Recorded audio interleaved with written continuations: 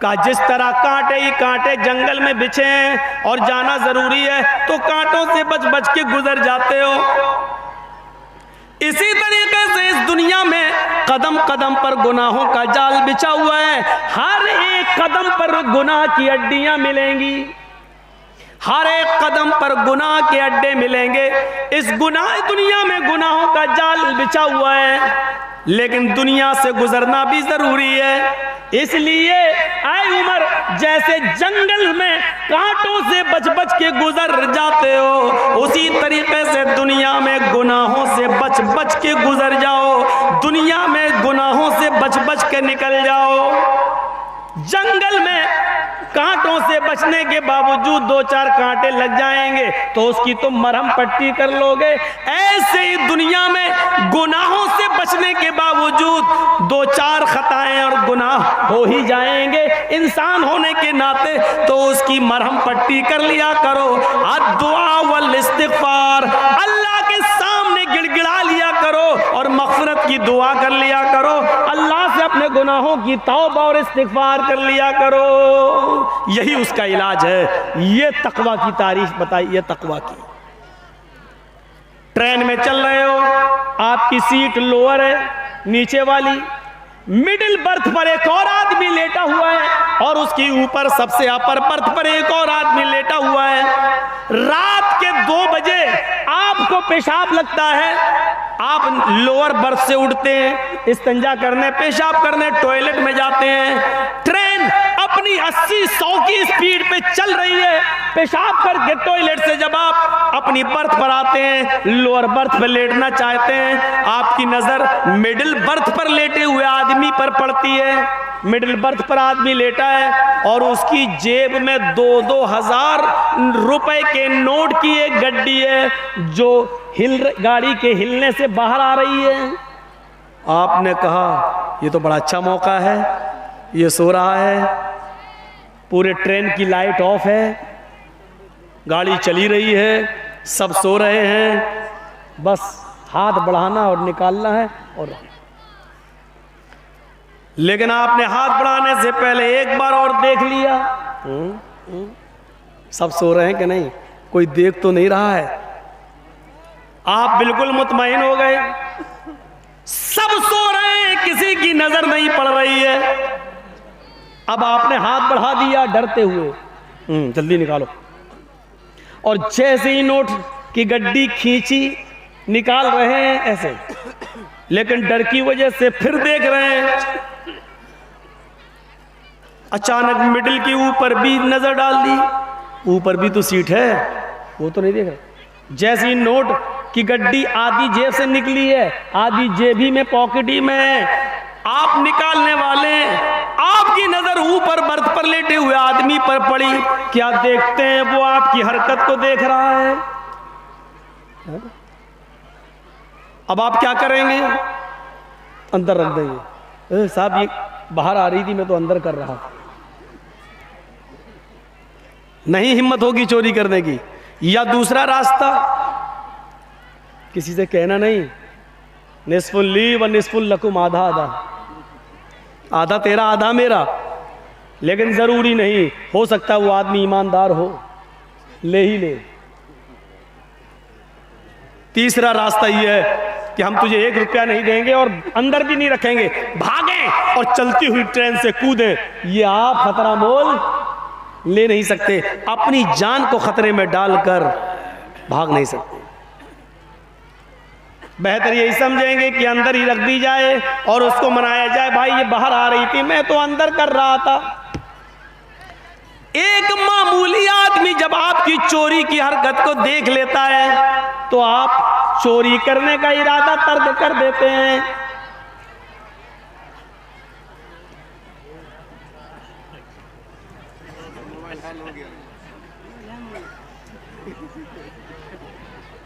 अब भाई, अब रज़ाकार देखें भाई, अब ये हमारे बस से निकल चुका है। अब हम बहुत ख़तरनाक मिसाल देंगे। हम नहीं चाहते हैं कि ये तकरीर में वो ख़तरनाक मिसाल रिकॉर्ड हो जाए, लोग फिर मजाक उड़ाते हैं कि मौलाना ऐसा बोले। बहुत गलत बात है ये। अभी मैंने मना किया और इसकी हिम्मत देखो, इसका कलेजा देखो यार। अपनी अम्मा के पेट में कैसे टिका होगा ये आदमी।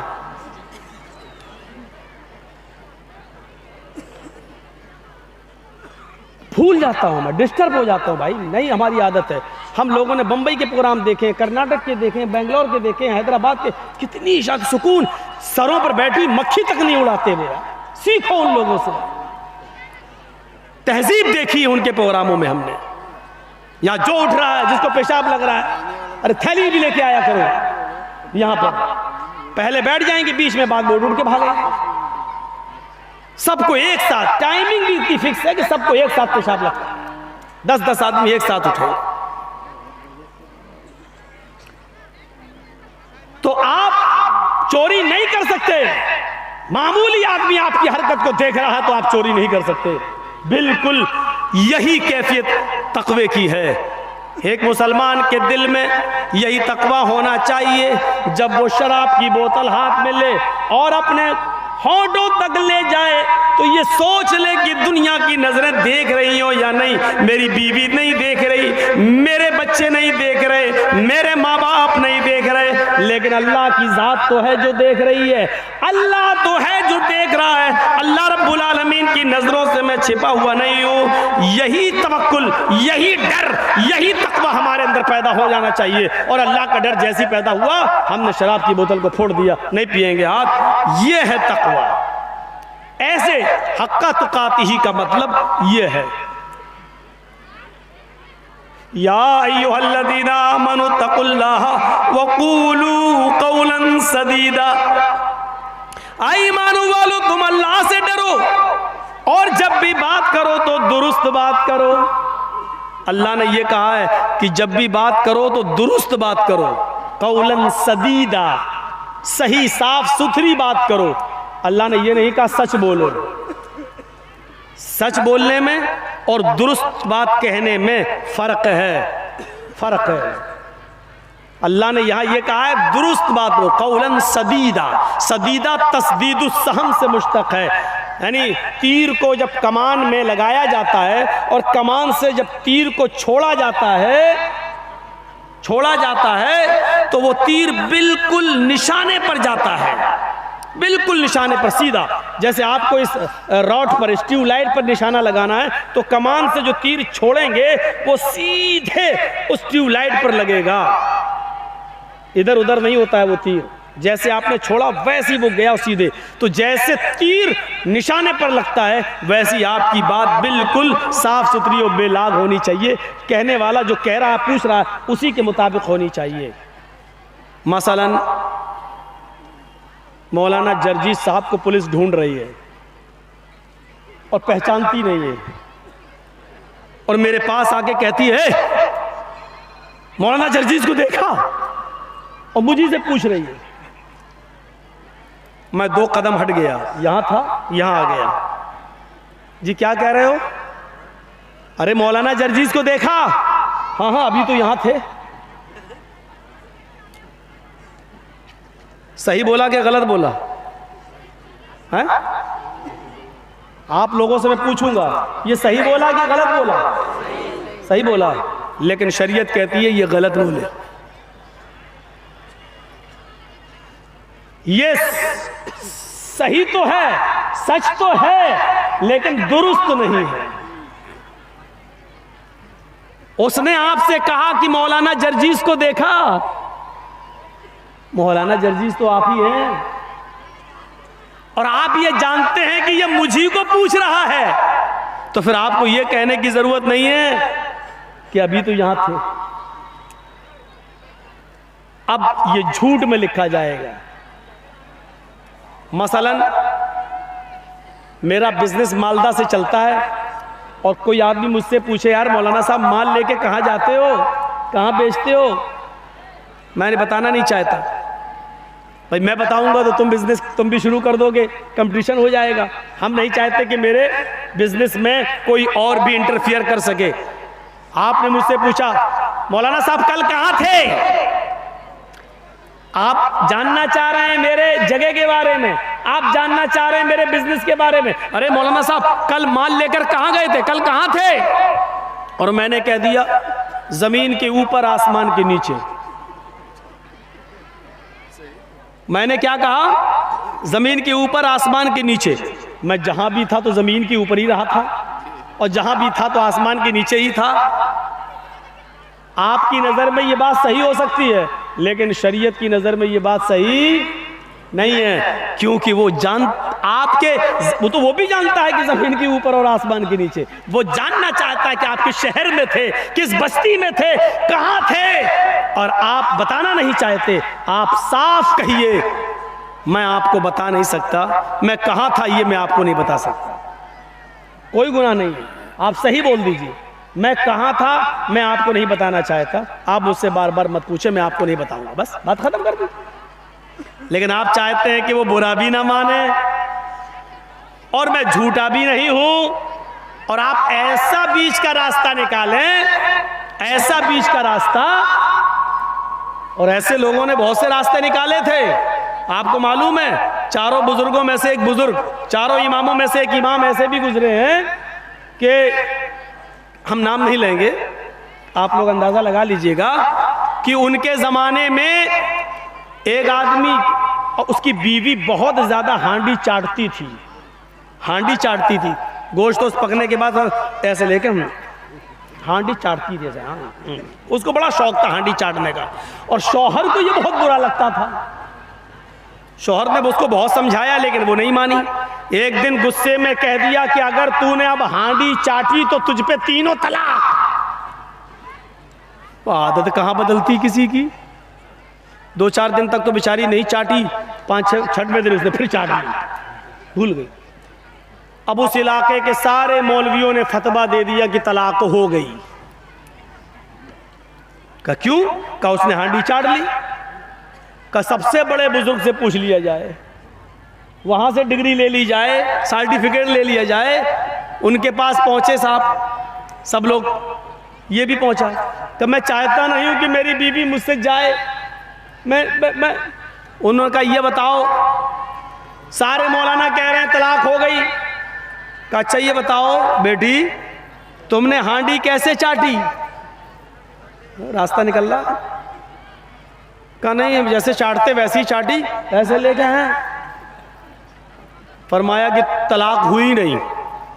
कहा क्यों? सारे मौलाना चढ़ बैठे, तलाक नहीं हुई। उसने कहा हांडी चाटी तो तुझ पे 3 तलाक। बुजुर्ग मोहतरम कहते हैं उसने हांडी चाटी कहाँ है, उसने तो उंगली चाटी है।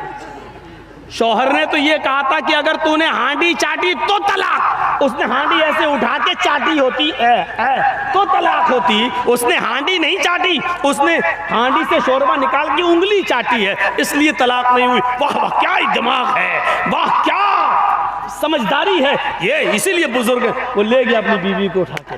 तो ये देखिए, जबकि उसके दिल की नीयत यही थी। वो पहले भी ऐसी ही चाटती थी, पहले भी उंगली ही चाटती थी, पहले भी वो हांडी नहीं चाटती थी, और उसको यही चीज बुरी लगती थी। और उसके कहने का मकसद ये था, अगर आइंदा तूने ऐसा किया तो तुझ पर 3 तलाक। लेकिन रास्ता निकाल दिया गया, रास्ता निकाल दिया गया। ये सच तो हो सकता है लेकिन दुरुस्त नहीं। कुरान करीम ने तक़वे की बुनियाद बताई है, या अय्युहल्लज़ीना आमनू तक़ुल्लाह, ईमानो वालो अल्लाह से डरो। और डर की बुनियादी चीज क्या है? क़ूलू क़ौलन सदीदा। जब भी किसी से बात करो तो दुरुस्त बात करो, साफ सुथरी बात करो, बेलाग बात करो। उस बात में टेढ़ापन नहीं होना चाहिए, उस बात में हेर फेर नहीं होनी चाहिए। जो बात करो वो बिल्कुल दुरुस्त बात करो, सीधी सीधी बात करो, सीधी सीधी। हाँ, यह है तक़वे की बुनियाद, इसको कहा जाता है तक़वा।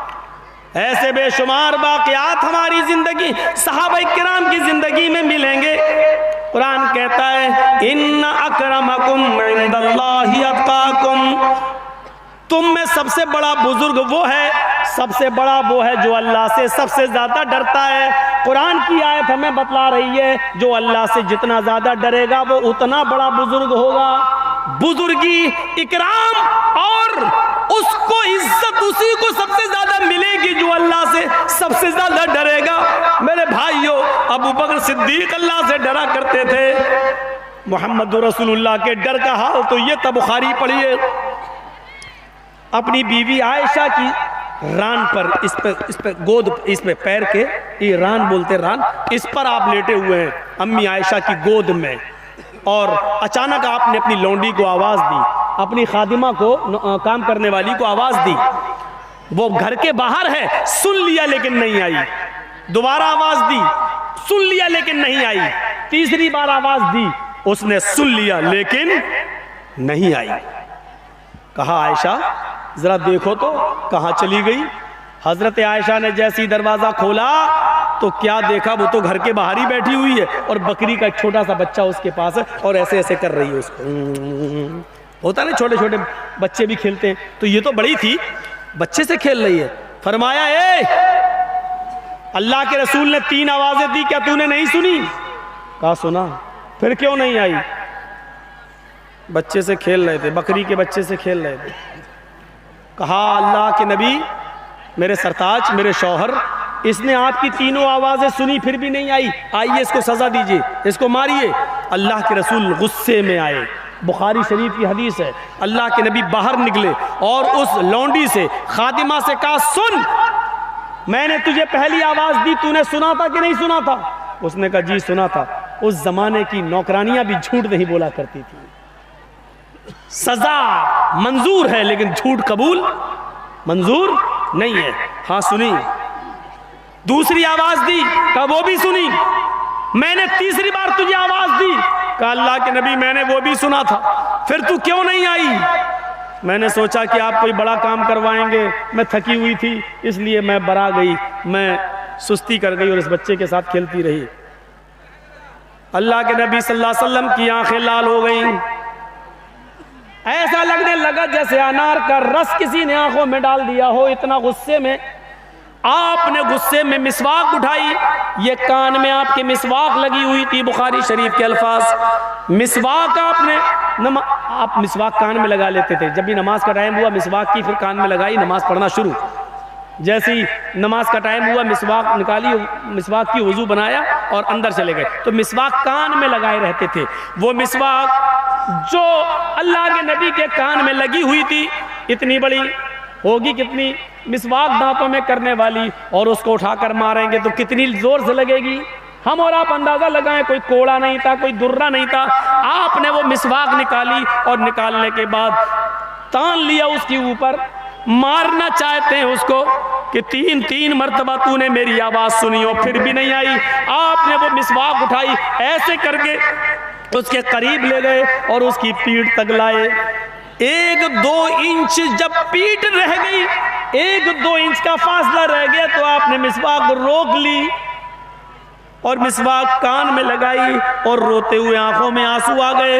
रोते हुए आप फिर अपने हुजरे में चले आए। अम्मा आयशा कहने लगी, आए मेरे सरताज, उसने आपकी आवाज 3 बार सुनी और फिर भी नहीं आई। फिर आपने गुस्से में मिसवाक भी निकाली। मैंने सोचा 5, 6, 10 मिसवाक आप उसको मारेंगे, लेकिन आपने एक भी नहीं मारी। मिसवाक उठाई और आपने उसको तान लिया, उसकी पीठ के करीब तक ले गए, लेकिन रोक लिया, आपने मारा नहीं। ऐसा क्यों? बल्कि खुद रोने लगे। फरमाया आयशा, आयशा, मैंने गुस्से में मिसवाक उठा ली, मैंने उठाकर उसको मारना चाहा। जैसे ही मैं मारते हुए, खींचते हुए उसको उसकी पीठ तक ले जाने लगा, मेरे जहन में ये सवाल आया, आए मोहम्मद सल्लल्लाहु अलैहि वसल्लम, उसने जो गलती की है तुझे नहीं मालूम उस गलती की सजा कितनी है? ये तेरा मिसवाक मारना और मिसवाक से उसकी पीठ पर इतनी जोर से लग जाना, कहीं ऐसा ना हो ये तेरी दी हुई सजा उसके जुर्म से, उसकी गलती से कहीं ज्यादा ना हो जाए।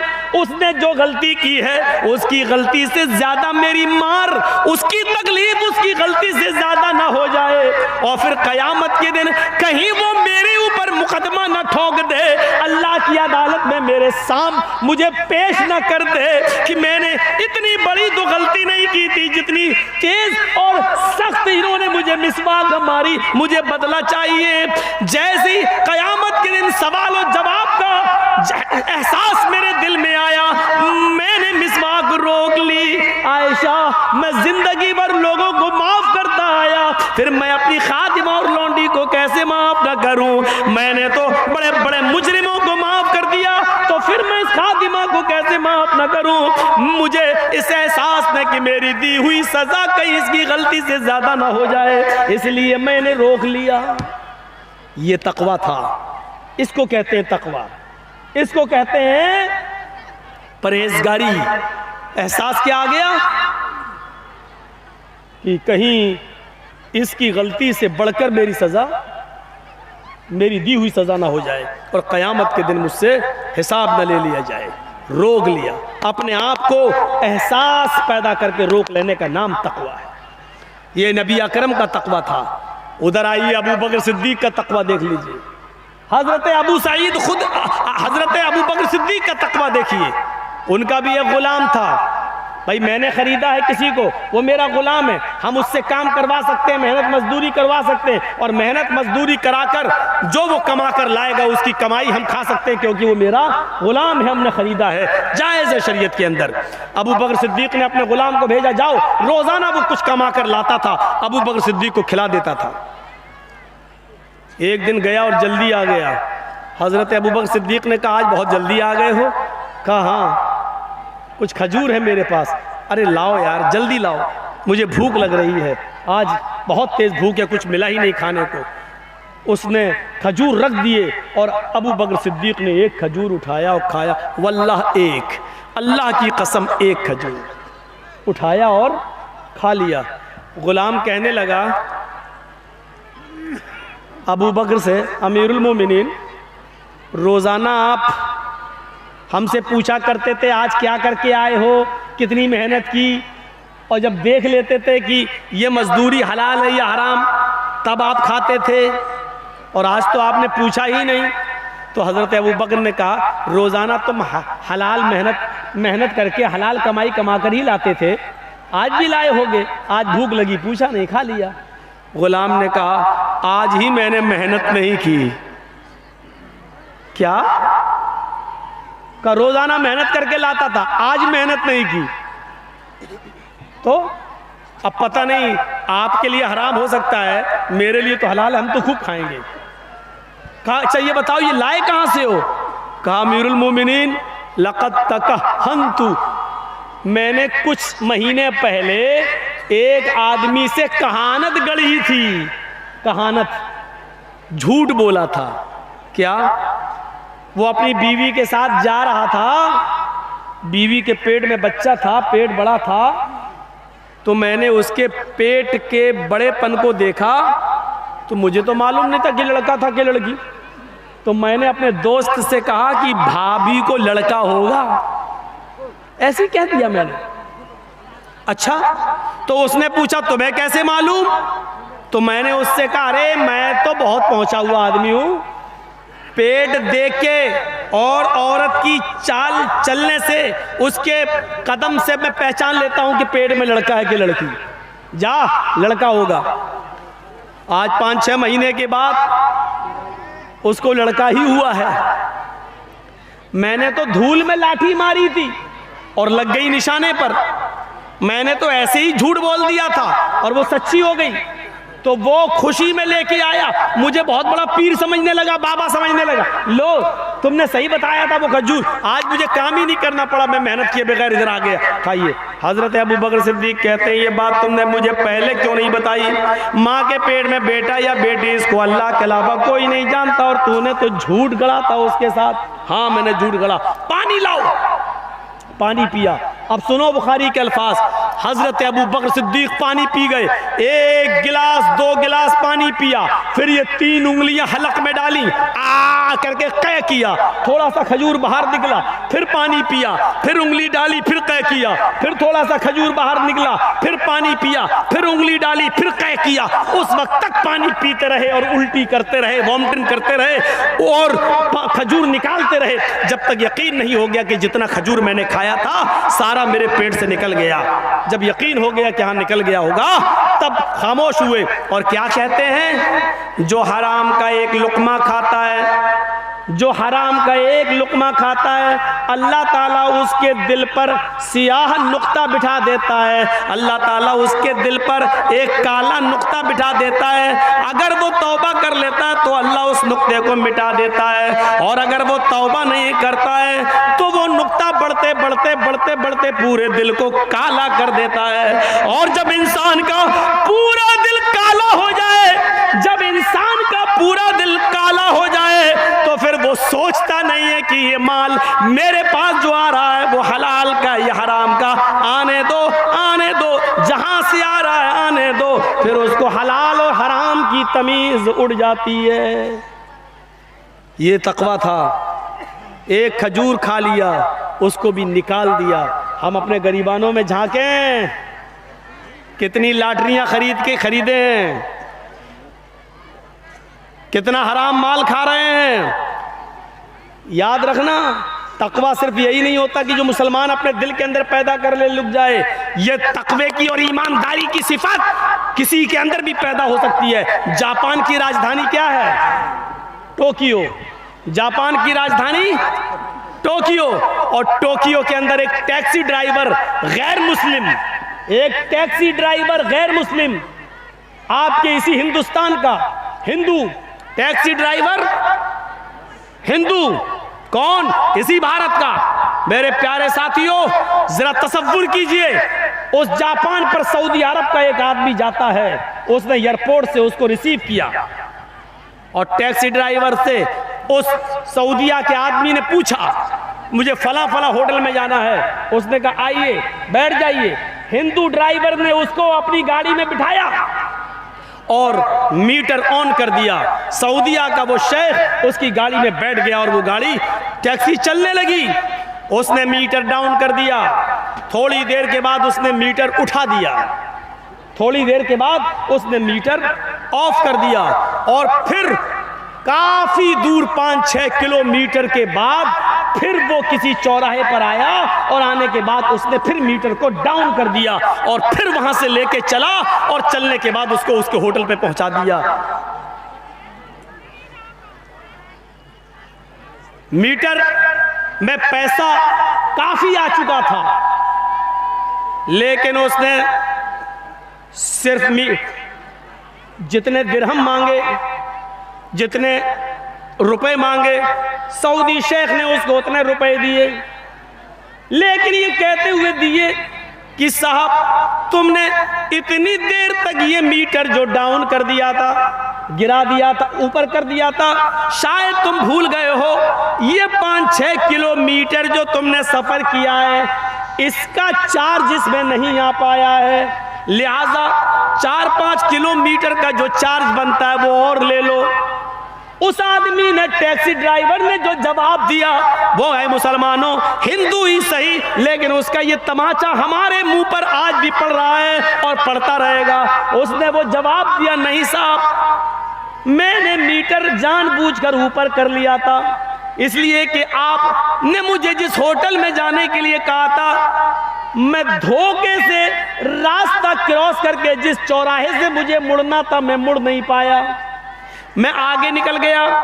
अब मुझे लौट कर मैं उस चौराहे पे आ नहीं सकता था, उसकी पेनाल्टी बहुत ज्यादा थी, फिर मुझे एक लंबा चक्कर 5-6 किलोमीटर का लगाना था, उसके बगैर मैं उस चौराहे पर नहीं आ सकता था, लिहाजा मैंने उतनी दूर के लिए मीटर मैंने ऊपर कर दिया ताकि इसका बिल ना आए।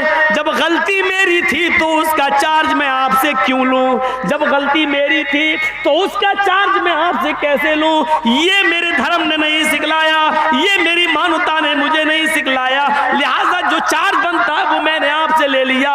इस सफर में मैं नुकसान में गया हूं, मेरा फायदा नहीं हुआ, लेकिन मैं अपनी गलती का चार्ज आपसे नहीं ले सकता हूं। बहुत देने की कोशिश की। उसने कहा मैं इंडिया से यहाँ हलाल कमाई कमाने के लिए आया हूँ, मैं जितना कमाऊंगा उतना ही मैं यहाँ से लेके नहीं जाऊंगा, लिहाजा मैं इतना ही लूंगा।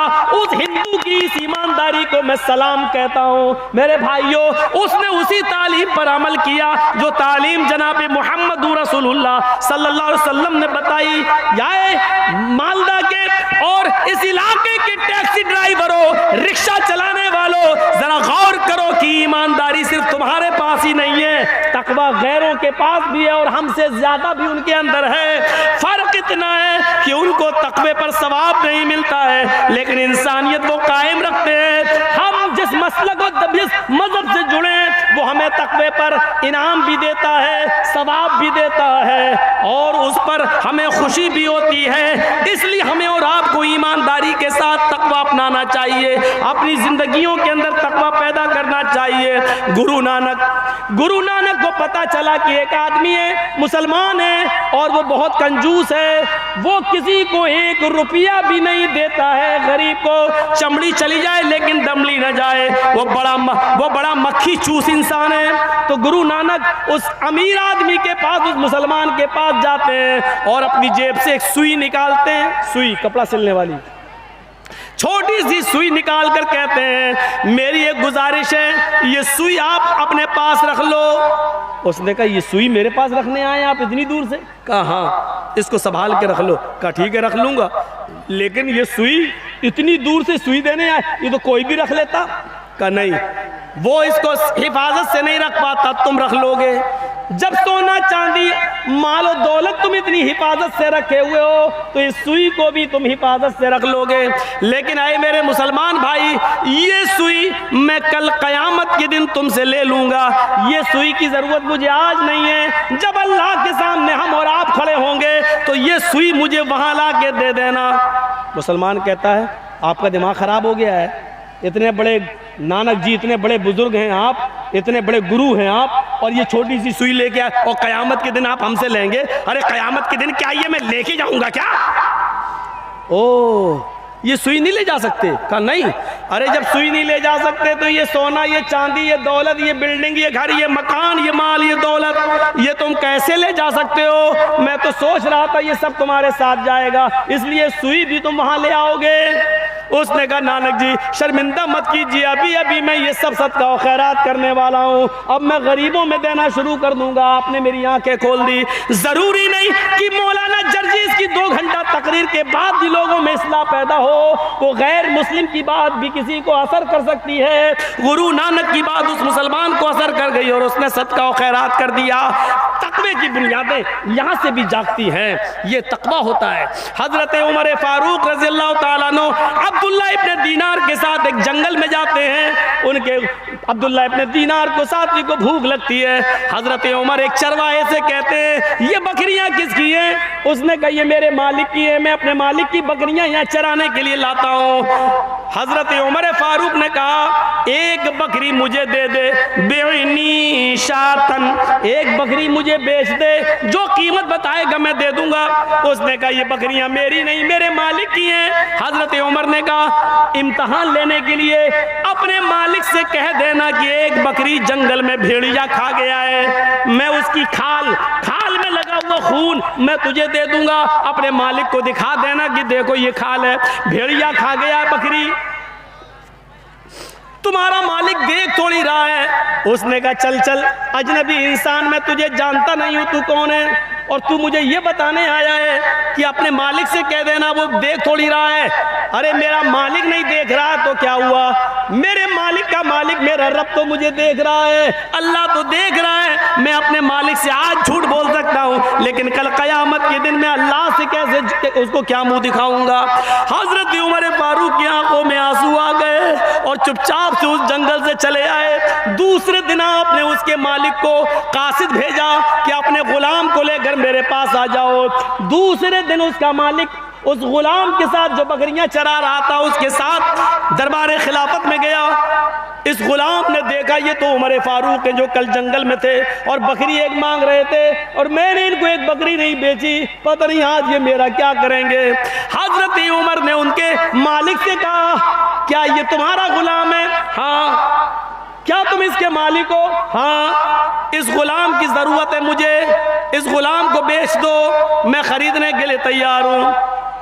उसके मालिक ने कहा सॉरी अमीरुल मोमिनीन, ये गुलाम से मुझे बहुत फायदे हैं, ये बड़ा ईमानदार गुलाम है, मैं इसको नहीं बेच सकता।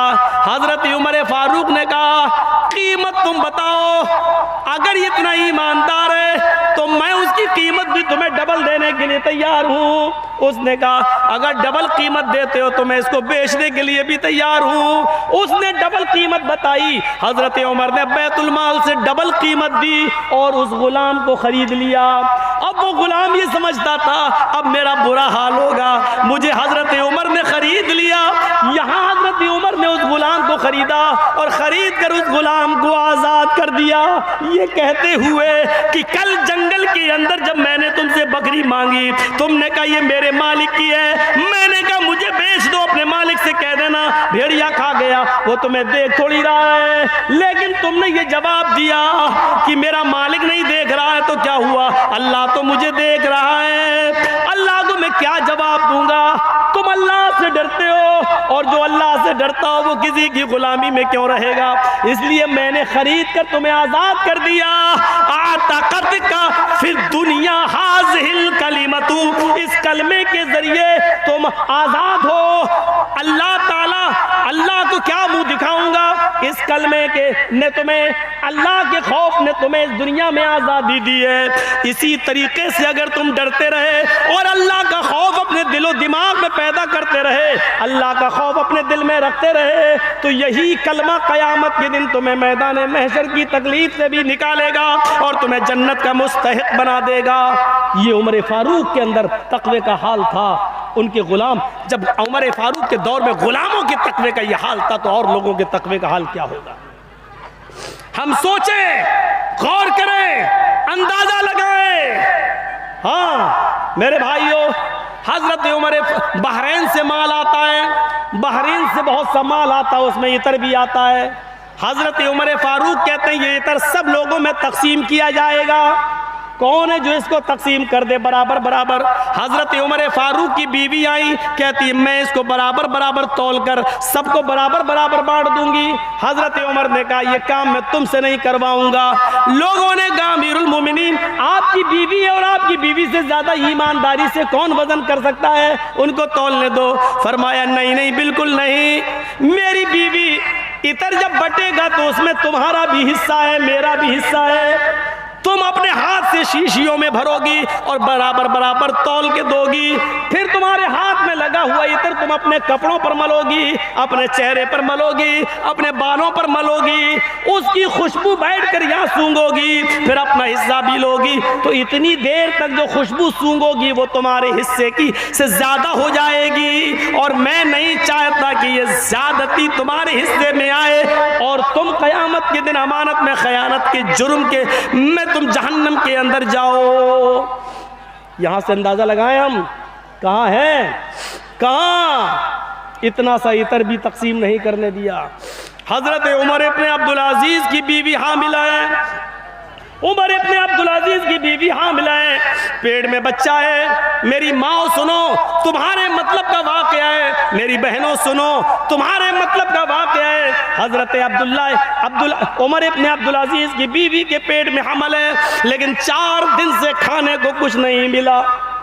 कहने लगी मेरे शौहर, पेट का बच्चा भूखा मर जाएगा, जब माँ खाएगी तभी तो बेटे को लगेगा, जब माँ को कुछ नहीं मिलेगा तो बेटा कहीं दम न तोड़ दे, क्या होगा? कम से कम मेरी फिक्र ना करो तो इस बच्चे की फिक्र करो। हाँ मेरी बीवी, अभी तनख्वाह मिलने में देर है, अभी तनख्वाह में देर है, अभी महीना पूरा होने में देर है, जब महीना हो जाएगा तो मुझे बैतुल माल से वजीफा मिल जाएगा। रुक जाओ, कुछ दिन सब्र कर लो, कुछ दिन। इस दिन में इस बच्चे का क्या होगा? 4 दिन भूख और प्यास से बर्दाश्त करने के बाद अपनी लौंडी, अपनी खादिमा को रात में भेजती हैं बैतुल माल चली जाओ, एक प्याला दूध ले आओ, उससे ये कह देना जब महीना पूरा हो जाएगा, जब महीना पूरा हो जाएगा और मुझे बैतुल माल से जो वजीफा मिलेगा तो एक प्याला दूध आपको वापस कर दिया जाएगा, अभी उधार दे दो कुछ दिनों के लिए।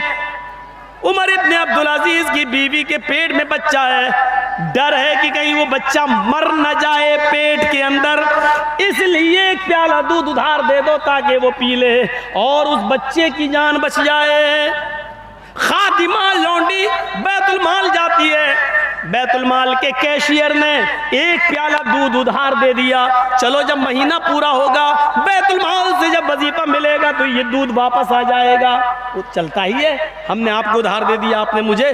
लेकिन ये दूध का प्याला लेकर जब अंदर आती है, आगे सुनो, तकवा देखो, जब दूध का प्याला लेकर ये अंदर जाती है तो उमर इब्ने अब्दुल अजीज कुएं के पास बैठकर वुजू बना रहे थे, तहज्जुद की नमाज पढ़ने के लिए उठे थे। उन्होंने दरवाजे से आते हुए किसी को देखा तो कहने लगे, कौन? लौंडी समझ गई, अब तो पकड़ी गई मैं। कहने लगी, मैं आपकी खादिमा। तुम वहां कहां से आ रही हो रात में? कुछ नहीं, कहीं नहीं गई थी। ये तुम्हारे हाथ में क्या है जिसको तुमने ओढ़नी से छिपा रखा है? उमर इब्ने अब्दुल अजीज आगे बढ़ते हैं, कहने लगी, कुछ नहीं है, पानी है। आपकी बीवी पानी पीने के लिए मंगा रही है, पानी पीने के लिए मंगा रही है, तो कुआं तो यहाँ था, तुम दरवाजे के ओर से आ रही हो, दिखाओ जरा ओढ़नी हटाओ। ओढ़नी हटाती है तो देखते क्या है, इसमें एक प्याला दूध है। उमर इब्ने अब्दुल अजीज कहते हैं, एक प्याला दूध ये कहां से लाई हो? सच सच बता दिया, बैतुल माल से लाई हूं। किसके लिए लाई हो? आपकी बीवी के लिए लाई हूं। क्यों? कहा, अमीरुल मोमिनीन, मेरे आका, आपकी बीवी ने कई दिनों से कुछ नहीं खाया, और इस हाल में पेट में जिसके बच्चा हो और कुछ ना खाए तो बच्चे के मर जाने का डर होता है। अमीरुल मोमिनीन, अपनी बीवी पर जुल्म न करो, अल्लाह के वास्ते एक प्याला दूध उसको पी लेने दो, शायद उसको ताकत आ जाए और बच्चा जिंदा रहे। हजरत उमर इब्ने अब्दुल अजीज ने वो दूध का प्याला छीन लिया, फरमाया, आए मेरी बीवी, ये एक प्याला दूध का ये बैतुल माल से आया है, और बैतुल माल तमाम मुसलमानों की जिम्मेदारी पे चलता है, सबका हक है। इस एक प्याला दूध लेने के लिए मुझे तमाम मुसलमानों को बिठाकर मीटिंग करना पड़ती है, फिर फैसला होता है कि दिया जाए कि न दिया जाए। सब राजी होते हैं तो एक प्याला दूध उधार मिलता है, वरना नहीं। ये मेरी इजाजत के बगैर कैसे आ गया है? क्या तुम इस बच्चे को चोरी का दूध पिलाओगी? क्या ये बच्चा चोरी के दूध से जिंदगी पाएगा? मुसलमानों की अमानत में खयानत वाला माल इस बच्चे की ताकत बनेगा? ये दूध तुम्हें नहीं मिलेगा। कहा, अमीरुल मोमिनीन, अल्लाह के वास्ते एक प्याला दूध मैंने उधार मांगा है, बाद में जमा कर दूंगी, अगर नहीं मिला तो ये बच्चा मर जाएगा। जवाब सुनिए, आए मेरी बीवी, इस बच्चे से कह दो जो तेरे पेट में पल रहा है, इस बच्चे से कह दो, बेटा अगर मुसलमानों की अमानत में खयानत के माल से तेरी जिंदगी बचती है तो नहीं चाहिए मुझे ये बच्चा, मरता है तो मर जाने दो, गिरता है तो गिर जाने दो, मुझे अपने बच्चे की जो पेट में तेरे मरना गवारा है उसकी मौत गवारा है, लेकिन मुसलमानों की अमानत में खयानत गवारा नहीं है, इस बच्चे को चोरी का दूध पिलाना गवारा नहीं है, नहीं चाहिए मुझे ये बच्चा। मेरे भाइयों, ये तकवा था। कौन सा तकवा था? कौन सी बुजुर्गी थी? आज ये सारी चीजें हमारे अंदर से कहां चली गई? आज हमारे अंदर से ये तकवे की बुनियादें कैसे निकल गई?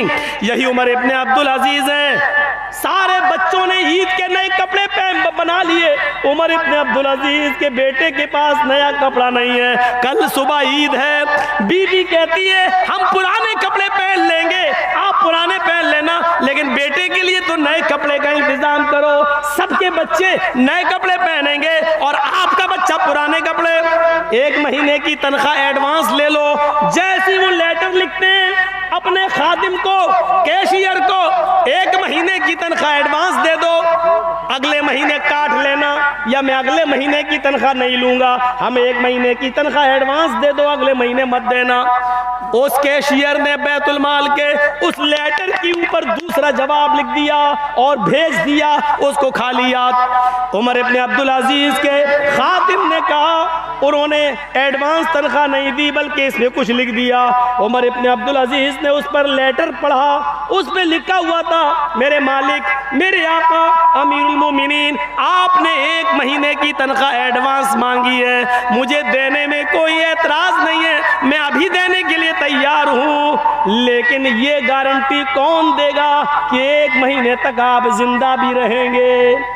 आपको 1 महीने की तनख्वाह दे दी, कल या परसों अगर आपका इंतकाल हो गया तो पेशगी जो इनकम गई है, पेशगी जो तनख्वाह गई है, वो बैतुल माल में वापस कौन करेगा, उसकी जिम्मेदारी कौन लेगा। आप अपना जमानती और जिम्मेदार पेश करो, मैं तनख्वाह देने के लिए तैयार। कहा मेरी बीवी जिसका कैशियर इतना ईमानदार हो, मैं उससे 1 महीने की तनख्वाह एडवांस कैसे ले सकता हूँ। इसने कहा कि गारंटी दो कि अगले महीने तक जिंदा रहोगे, लेकिन अगले महीने तक जिंदगी की गारंटी भी मैं नहीं दे सकता, इसलिए मेरे बच्चे को कल पुराने कपड़े पहनना पड़ेंगे, ईद के दिन हमें भी पुराने, तुम्हें भी पुराने और इस बच्चे को भी पुराने कपड़े पहनना पड़ेंगे, हम 1 महीने की तनख्वाह एडवांस नहीं लेंगे।